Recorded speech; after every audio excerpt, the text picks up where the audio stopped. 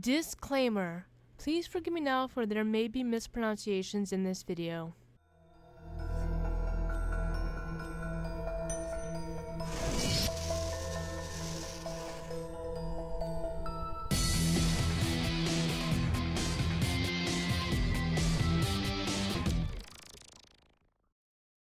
Trolls may not be in as many regions of the world like dragons and mermaids, but most people know what they are thanks to Tolkien's books and the Harry Potter series.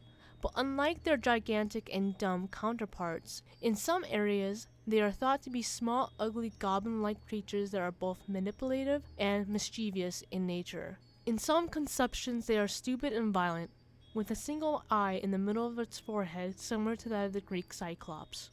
However, the current troll, as in the monsters, not the people, are fearsome but dim-witted giants and are born from the popularization of the 1841 Norwegian fairy tale Billy Goat's Gruff.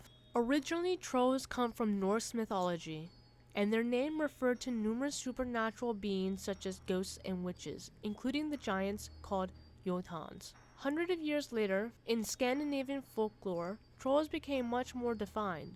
In some cases, they were ugly humanoid creatures who live in isolated mountains or caves, and are usually bad-tempered and dim-witted.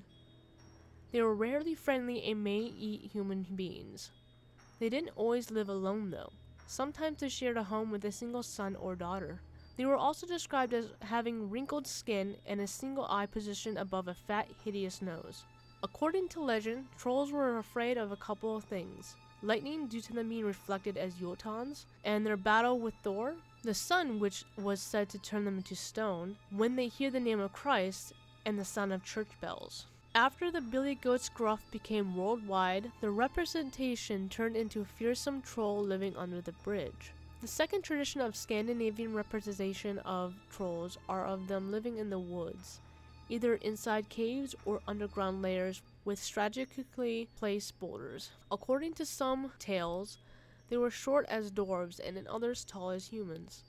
They were greedy, selfish, and sneaky creatures with special powers. They were great at shape-shifting and can transform into a number of objects or sizes, including animals such as cats or dogs. The legends say that female trolls are unidentifiable with their human disguise, as they dress elegantly, but hunters would find this suspicious if they encountered them in the woods. However, if a hunter crossed the path of a female troll, he would find himself under her spell, and sometimes would be trapped as her companion, slave, or pet. Decades later, after the female troll may tire of him and release him, he'd find his way back home with no recollection of his missing years.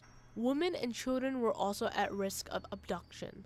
The trolls would occasionally steal a newborn baby and leave their own offspring in its place. These small trolls also had the ability to turn themselves invisible, which would explain how they would steal babies, by sneaking into the house while undetected. They would also steal food directly off the plate and throw crockery across the room.